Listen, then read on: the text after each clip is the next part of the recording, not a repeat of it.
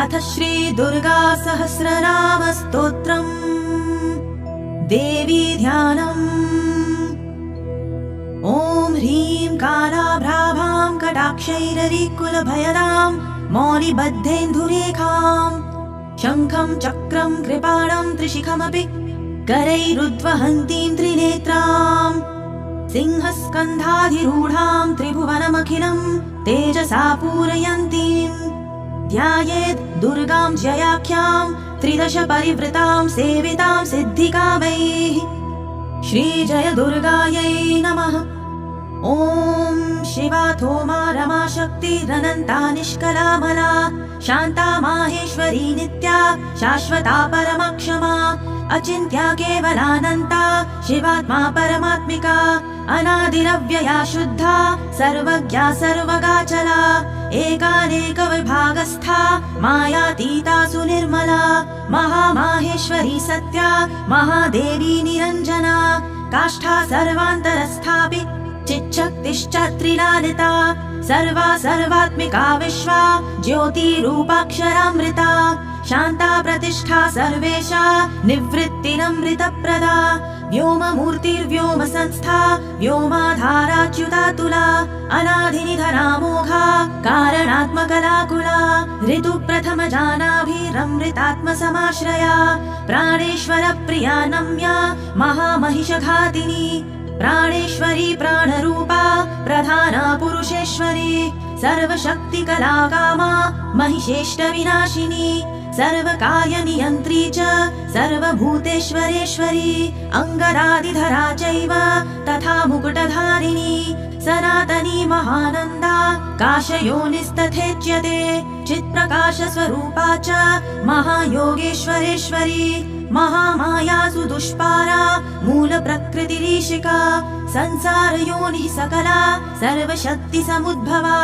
संसारपारा दुर्वारा दुर्निरीक्षा दुरासदा प्राणशक्तिश्च सेव्या च योगिनी परमाकला महाविभूतिर्दुर्दर्शा मूलप्रकृतिसम्भवा अनाद्यनन्तविभवा परार्था पुरुषारणिः सर्गस्थित्यन्तकृच्चैव सुदुर्वाच्या दुरत्यया शब्दगम्या शब्दमाया शब्दाख्यानन्द विग्रहा प्रधाना पुरुषातीता प्रधाना पुरुषात्मिका पुराणी चिन्मया पुंसामिष्टदा पुष्टिरूपिणी भूतान्तरस्था कूटस्था महापुरुष संज्ञिता जन्म मृत्यु जरातीता सर्वशक्ति स्वरूपिणी वाञ्छा प्रदानवच्छिन्न प्रधानानुप्रवेशिनी क्षेत्रज्ञा चिन्त्य शक्तिस्तु प्रोच्यते व्यक्तलक्षणा मलापवर्जितानादि माया त्रितय तत्त्विका प्रीतिश्च प्रकृतिश्चैव गुहावासा तथोच्यते महामाया नगोत्पन्ना तामसी च ध्रुवा तथा व्यक्ता व्यक्तात्मिका कृष्णा रक्ता शुक्ला ह्यकारणा प्रोच्यते कार्यजननी नित्यप्रसवधर्मिणी सर्ग प्रलय मुक्ता च सृष्टिस्थित्यन्तधर्मिणी ब्रह्मगर्भा चतुर्विंश स्वरूपा पद्मवासिनी अच्युताह्लादिका विद्युत् ब्रह्म योनिर्महालया महालक्ष्मी समुद्भाव भावितात्मा महेश्वरी महाविमान मध्यस्था महानिद्रा सकौतुका सर्वार्थधारिणी सूक्ष्मा ह्यविद्धा परमार्थदा अनन्तरूपानन्तार्था तथा पुरुषमोहिनी अनेकानेकहस्ता च कालत्रय विवर्जिता ब्रह्म जन्माहर प्रीता मतिर्ब्रह्म शिवात्मिका ब्रह्मेश विष्णु सम्पूज्या ब्रह्माख्या ब्रह्म संज्ञिता व्यक्ता प्रथमजा ब्रह्मी महारात्रिः प्रकीर्तिता ज्ञानस्वरूपा वैराग्य रूपा ऐश्वर्य रूपिणी धर्मात्मिका ब्रह्ममूर्तिः प्रतिश्रुतपुमर्थिका अपान्योनिः स्वयंभूता मानसी तत्त्वसम्भवा ईश्वरस्य प्रिया प्रोक्ता शङ्करार्धशरीरिणी भवानी चैव रुद्राणी महालक्ष्मीस्तथाम्बिका महेश्वर समुत्पन्ना भुक्तिमुक्तिप्रदायिनी सर्वेश्वरी सर्ववन्द्या नित्यमुक्ता सुमानसा महेन्द्रोपेन्द्र नमिता शाङ्करीशानुवर्तिनी ईश्वरार्धासनगता माहेश्वर पतिव्रता संसार शोषिणी चैव पार्वती हिमवत्सुता परमानन्ददात्री च गुणाग्र्या योगदा तथा ज्ञानमूर्तिश्च सावित्री लक्ष्मीः श्रीः कमला तथा अनन्तगुणगम्भीरा युरोनीलमणिप्रभा सरोजनिलया गङ्गा योगिध्येया सुरार्दिनी सरस्वती सर्वविद्या जगज्येष्ठा सुमङ्गला वाग्देवी वरदावर्या कीर्तिः सर्वार्थसाधिका वागीश्वरी ब्रह्मविद्या महाविद्या सुशोभना ग्राह्यविद्या वेदविद्या धर्मविद्यात्मभाविता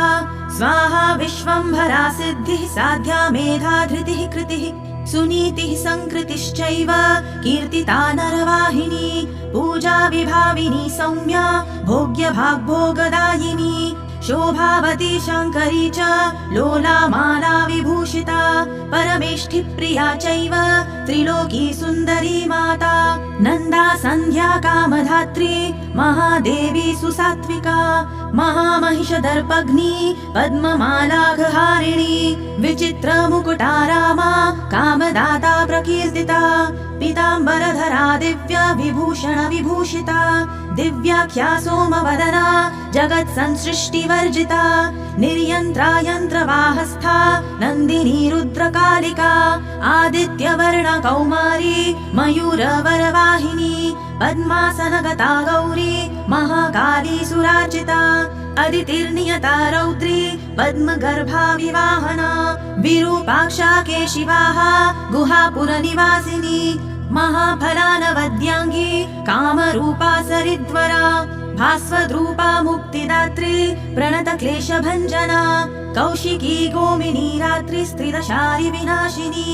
बहुरूपा सुरूपा च विरूपा रूपवर्जिता भक्तार्तिशमना भव्या भवभावविनाशिनी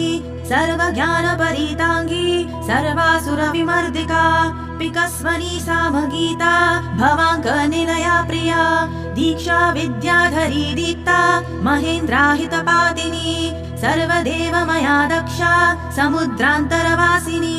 अकलङ्का निराधारा नित्यसिद्धा निरामया कामधेनु बृहद्गर्भा धीमती मौननाशिनी निस्सङ्कल्पा निरातङ्का विनया विनयप्रदा ज्वालामाला सहस्राढ्या देवदेवी मनोमया सुभगा सुविशुद्धा च वसुदेव समुद्भवा महेन्द्रोपेन्द्र भगिनी भक्तिगम्या परावरा ज्ञानज्ञेया परातीता वेदान्त विषया मतिः दक्षिणादाहिका दह्या सर्वभूतहृदि स्थिता योगमाया विभागज्ञा महामोहा गरीयसी सन्ध्या सर्वसमुद्भूता ब्रह्मवृक्षाश्रयादितिः बीजाङ्कुरसमुद्भूता महाशक्तिर्महामतिः ख्यातिः प्रज्ञावती संज्ञा महाभोगीन्द्रशायिनी हीङ्कृतिः शङ्करी शान्तिर्गन्धर्वगणसेविता वैश्वानरी महाशूला देवसेना भवप्रिया महारात्री परानन्दा शची दुःस्वप्ननाशिनी ईड्या जया जगद्धात्री दुर्विज्ञेया सुरूपिणी गुहाम्बिका गणोत्पन्ना महापीठा मरुत्सुता हव्यवाहा भवानन्दा जगद्योनिः प्रकीर्तिता जगन्माता जगन्मृत्युर्जरातीता च बुद्धिदा सिद्धिदात्री रत्नगर्भा रत्नगर्भाश्रया परा दैत्यहन्त्री स्वेष्टदात्री मङ्गलैकः सुविग्रहा पुरुषान्तर्गता चैव समाधिस्था तपस्विनी दिवि स्थिता त्रिनेत्रा च सर्वेन्द्रियमनोधृतिः सर्वभूतहृदिस्था च तथा संसारतारिणी वेद्या ब्रह्म विवेद्या च महालीला प्रकीर्तिता ब्राह्मणी बृहती ब्राह्मी ब्रह्मभूतागहारिणी हिरण्मयी महादात्री संसार परिवर्तिका सुमालिनी सुरूपा च हास्विनी धारिणी तथा उन्मूलिनी सर्वसभा सर्वप्रत्यय साक्षिणी सुसौम्या चन्द्रवदना ताण्डवासक्तमानसा सत्त्वशुद्धिकरी शुद्धा मलत्रय विनाशिनी जगत्त्रयी जगन्मूर्तिस्त्रिमूर्तिरमृताश्रया विमानस्था विशोका च शोकनाशिन्यनाहता हेमकुण्डलिनी काली पद्मवासा सनातनी सदा कीर्तिः सर्वभूतशया देवी सतां प्रिया ब्रह्ममूर्तिकला चैव कृत्तिका कञ्जमालिनी व्योमकेशा क्रियाशक्तिरिच्छा शक्तिः परागतिः क्षोभिका खण्डिका भेद्या भेदा भेद विवर्जिता अभिन्ना भिन्न संस्थाना वशिनी वंशधारिणी गुह्य शक्तिर्गुह्य तत्त्वा सर्वदा सर्वतोमुखी भगिनी च निराधारा निराहारा प्रकीर्तिता निरङ्कुश पदोद्भूता चक्रहस्ता विशोधिका स्रग्विणी पद्मसंभेदकारिणी परिकीर्तिता परावर विधानज्ञा महापुरुष पूर्वजा परावरज्ञा विद्या च विद्युज्जिह्वाजिताश्रया विद्यामयी सहस्राक्षी सहस्रवदनात्मजा सहस्ररश्मिः सत्त्वस्था महेश्वर पदाश्रया ज्वालिनी सन्मया व्याप्ता चिन्मया पद्मभेदिका महाश्रया महामन्त्रा महादेव मनोरमा व्योमलक्ष्मीः सिंहरथा चेकितानामितप्रभा विश्वेश्वरी भगवती सकलाकालहारिणी सर्ववेद्या सर्वभद्रा गुह्या दूढा गुहारणी प्रलया योगधात्री च गंगा विश्वेश्वरी तथा कामदा कनकाकान्ता कञ्जगर्भप्रदा तथा पुण्यदा कालकेशा च भोक्त्री पुष्करिणी तथा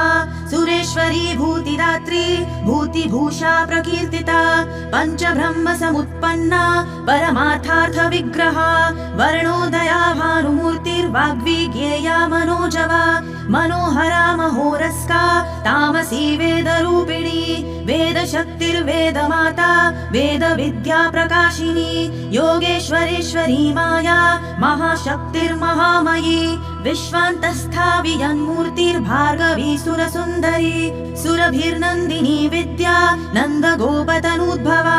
भारती परमानन्दा परावर विभेदिका सर्वप्रहरणोपेता काम्या कामेश्वरेश्वरी अनन्तानन्द विभवा हृल्लेखा कनकप्रभा कूष्माण्डाधनरत्नाढ्या सुगन्धा गन्धदायिनी त्रिविक्रम पदोद्भूता चतुरास्या शिवोदया सुदुर्लभा धनाध्याक्षा धन्या पिङ्गललोचना शान्ता प्रभा स्वरूपा च पङ्कजायतलोचना इन्द्राक्षी हृदयान्तःस्था शिवा माता च सत्क्रिया गिरिजा च सुगूढा च नित्यपुष्टा निरन्तरा दुर्गा कात्यायनी चण्डी चन्द्रिका कान्तविग्रहा हिरण्यवर्णा जगति जगद्यन्त्र प्रवर्तिका मन्दराद्रिनिवासा च शारदा स्वर्णमालिनी रत्नमाला रत्नगर्भा व्युष्टिर्विश्वप्रमाथिनी पद्मानन्दा पद्मनिभा नित्यपुष्टा कृतोद्भवा नारायणी दुष्टशिक्षा सूर्यमाता विषप्रिया महेन्द्र भगिनी सत्या सत्यभाषा सुकोमला वामा च पञ्चतपसां वरदात्री प्रकीर्तिता वाच्यवर्णेश्वरी विद्या दुर्जया दुरतिक्रमा कालरात्रिर्महावेगा वीरभद्रप्रिया हिता भद्रकाली जगन्माता भक्तानां भद्रदायिनी कराला पिङ्गलाकारा कामभेत्री महामना यशस्विनी यशोदा च षडध्व परिवर्तिका शङ्खिनी पद्मिनी संख्या साङ्ख्ययोग प्रवर्तिका चैत्रादिर्वत्सरारूढा जगत्सम्पूरणीन्द्रजा शुम्भग्नि खेचराराध्या कम्बुग्रीवा बलीडिता खगारूढा महेश्वर्या सुपद्मनिलया तथा विरक्ता गरुडस्था च जगती हृद्गुहाश्रया शुम्भादिमथना भक्ता हृद्गह्वरनिवासिनी जगत्त्रयारणी सिद्ध संकल्पा कामदा तथा सर्वविज्ञानदात्री च नल्पकल्मषहारिणी सकलोपनिषद्गम्या दुष्ट दुष्प्रेक्ष्य सत्तमा सद्वृता लोकसंव्याप्ता तुष्टिः पुष्टिः क्रियावती विश्वामरेश्वरी चैव भुक्तिमुक्तिप्रदायिनी शिवा धृता लोहिताक्षी सर्पमाला विभूषणा निरानन्दा त्रिशूलासि धनुर्बाणादिधारिणी अशेष ध्येयमूर्तिश्च देवतानां च देवता वराम्बिका गिरेः पुत्री निशुम्भ विनिपातिनी सुवर्णा स्वर्णरसितानन्तवर्णा सदाधृता शाङ्करी शान्तहृदया अहोरात्र विधायिका विश्वगोप्त्री गूढरूपा गुणपूर्णा च गार्ग्यजा गौरी शाकम्भरी सत्य सन्धा सन्ध्यात्रयी धृता सर्वपाप विनिर्मुक्ता सर्वबन्ध विवर्जिता साङ्ख्ययोग समाख्याता अप्रमेया मुनीडिता विशुद्ध सुकुलोद्भूता बिन्दुनाद समाधृता शम्भुवामाङ्कगा चैव शशितुल्यनिभानना वनमाला विराजन्ती अनन्त शयनाधृता नरनारायणोद्भूता नारसिंही प्रकीर्तिता दैत्यप्रमाथिनी शङ्ख चक्र पद्मगदाधरा सङ्कर्षण समुत्पन्ना अम्बिका सज्जनाश्रया सुवृता सुन्दरी चैव धर्मकामार्थदायिनी मोक्षदा भक्तिनिलया पुराण पुरुषादृता महाविभूतिदाराध्या सरोजनिलया समा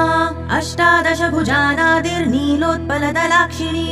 सर्वशक्तिसमारूढा धर्म विवर्जिता वैराग्य ज्ञान निरता निरालोका निरिन्द्रिया विचित्र गहनाधारा शाश्वत स्थानवासिनी ज्ञानेश्वरी पीतचेला वेद वेदाङ्गपारगा मनस्विनी मन्युमाता महामन्यु समुद्भवा अमन्युरमृता स्वादा पुरन्दर परिष्टुता अशोच्या भिन्न विषया हिरण्य रजत प्रिया हिरण्य जननी भीमा हेमाभरणभूषिता विभ्राजमान दुर्गेया ज्योतिष्टोम फलप्रदा महानिद्रा समुत्पत्तिरनिद्रा सत्यदेवता दीर्घा ककुद्मिनी पिङ्ग जटाधारा मनोज्ञधीः महाश्रयारमुत्पन्ना तमः पारे प्रतिष्ठिता त्रितत्त्वमाता त्रिविधा सुसूक्ष्मा पद्मसंश्रया शान्त्यतीत कलातीत विकारा श्वेतचेलिका चित्रमाया शिवज्ञान स्वरूपा दैत्यमाथिनी काश्यपी कालसर्पाभ वेणिका शास्त्रयोनिका त्रयी मूर्तिः क्रियामूर्तिश्चतुर्वर्गा च दर्शिनी नारायणी नरोत्पन्ना कौमुदी कान्तिधारिणी कौशिकी ललिता लीला परावर विभाविनी वरेण्याद्भुतमाहात्म्या वडवा वामलोचना सुभद्रा चेतनाराध्या शान्तिदा शान्तिवर्धिनी जयादिशक्ति जननी शक्ति चक्र प्रवर्तिका त्रिशक्ति जननी जन्या षट्सूत्र परिवर्णिता सुधौत कर्मणाराध्या युगान्त दहनात्मिका संकर्षिणी जगद्धात्री कामयोनिः किरीटिनी ऐन्द्री त्रैलोक्य नमिता वैष्णवी परमेश्वरी प्रद्युम्न जननी बिम्ब समुष्ठी पद्मलोचना मदोत्कटा हंसगतिः प्रचण्डा चण्ड विक्रमा वृषाधीशा परात्मा च विन्ध्या पर्वतवासिनी हिमवन्मेरुनिलया कैलासपुरवासिनी चाणूरहन्त्री नीतिज्ञा कामरूपा त्रयी तनुः व्रतस्नाता धर्मशीला सिंहासन निवासिनी वीरभद्रा धृता वीरा महाकाल समुद्भवा विद्याधरार्चिता सिद्ध साध्याराधित पादुका श्रद्धात्मिका पावनी च मोहिनी अचलात्मिका महाद्भुता वारिजाक्षी सिंहवाहनगामिनी मनीषिणी सुधावाणी वीणावादन तत्परा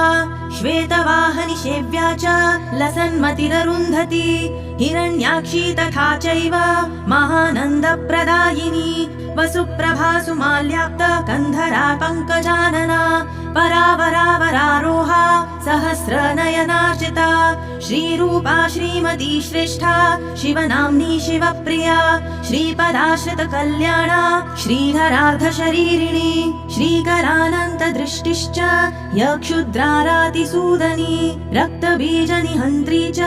दैत्यसङ्गविमर्दिनी सिंहारूढा सिंहिकास्या दैत्यशोणितपायिनी सुकीर्तिसहिता छिन्न संशयारसवेदिनी गुणाभिरामा नागारि वाहना निर्जरार्जिता नित्योदिता स्वयं ज्योतिः स्वर्णकाया प्रकीर्तिता वज्रदण्डाङ्किता चैव तथामृतसञ्जीविनी वज्रच्छन्ना देवदेवी वरवज्रस्वविग्रहा माङ्गल्या मङ्गलात्मा च मालिनी माल्यधारिणी गन्धर्वी तरुणी चान्द्री खड्गायुधधरा तथा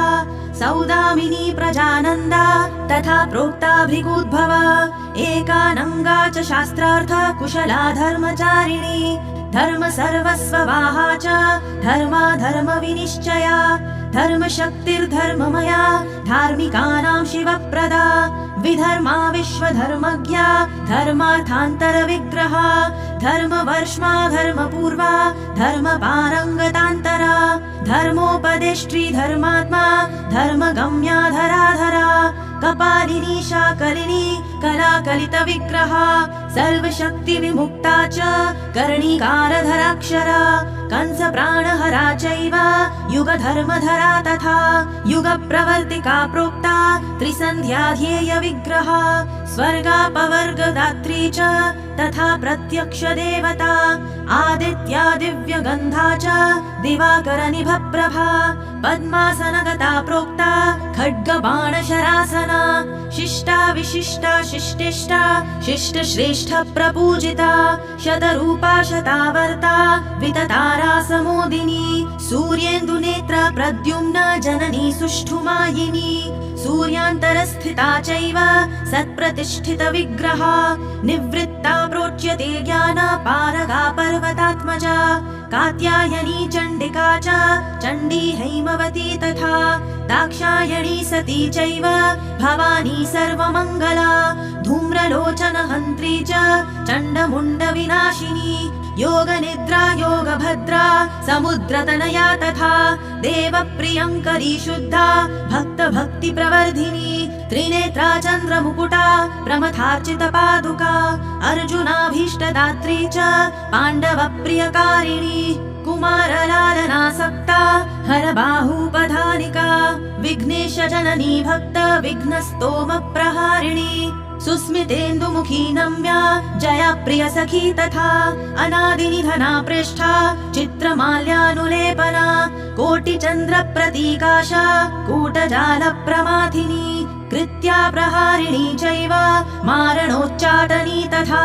सुरासुरप्रवन्द्याङ्घ्रिर्मोहग्निज्ञानदायिनी षड्वैरिनिग्रहकरी वैरिविद्राविणी तथा भूतसेव्या भूतदात्री भूतपीडा विमर्दिका नारदस्तुत चारित्रा वरदेशा वरप्रदा वामदेवस्तुता चैव कामदा सोमशेखरा दिक्पालसेविता भव्या भामिनी भावदायिनी स्त्री सौभाग्यप्रदात्री च भोगदारोगनाशिनी व्योमगा भूमिगा चैव मुनिपूज्य पदाम्बुजा वनदुर्गा च दुर्बोधा महादुर्गा प्रकीर्तिता फलश्रुतिः इतीदं कीर्तिदं भद्र दुर्गा नाम सहस्रकम् त्रिसन्ध्यं यः पठेन्नित्यं तस्य लक्ष्मीः स्थिरा भवेत् ग्रहभूतपिशाचादिपीडा नश्यत्य संशयम् बालग्रहादिपीडायाः शान्तिर्भवति कीर्तनात् मारिकादिमहारोगे पठतां सौख्यदं नृणाम् व्यवहारे च जयदं शत्रुबाधानिवारकम् दम्पत्योः कलहे प्राप्ते मिथः प्रेमाभिवर्धकम् आयुरारोग्यदं पुंसां सर्वसम्पत्प्रदायकम् विद्याभिवर्धकं नित्यं पठतामर्थसाधकम् शुभदं शुभकार्येषु पठतां शृणुतामपि यः पूजयति दुर्गां तां दुर्गा नाम सहस्रकैः पुष्पैः कुङ्कुमसम्मिश्रैः स तु यत्काङ्क्षते हृदि तत्सर्वं समवाप्नोति नास्ति नास्त्यत्र संशयः यन्मुखे ध्रियते नित्यं दुर्गा नाम सहस्रकम् किं तस्येतरमन्त्रौघैः कार्यं धन्यतमस्य हि दुर्गा नाम सहस्रस्य पुस्तकं यद्गृहे भवेत् न तत्र ग्रहभूतादिबाधा स्यान्मङ्गलास्पदे तद्गृहं पुण्यदं क्षेत्रं देवी सान्निध्यकारकम् एतस्य स्तोत्रमुख्यस्य पाठकः श्रेष्ठमन्त्रवित् देवतायाः प्रसादेन सर्वपूज्यः सुखी भवेत् इत्येतन्नगराजेन कीर्तितं मुनिसत्तमा गुह्याद्गुह्यतरं स्तोत्रं त्वयि स्नेहात् प्रकीर्तितम् भक्ताय श्रद्धधानाय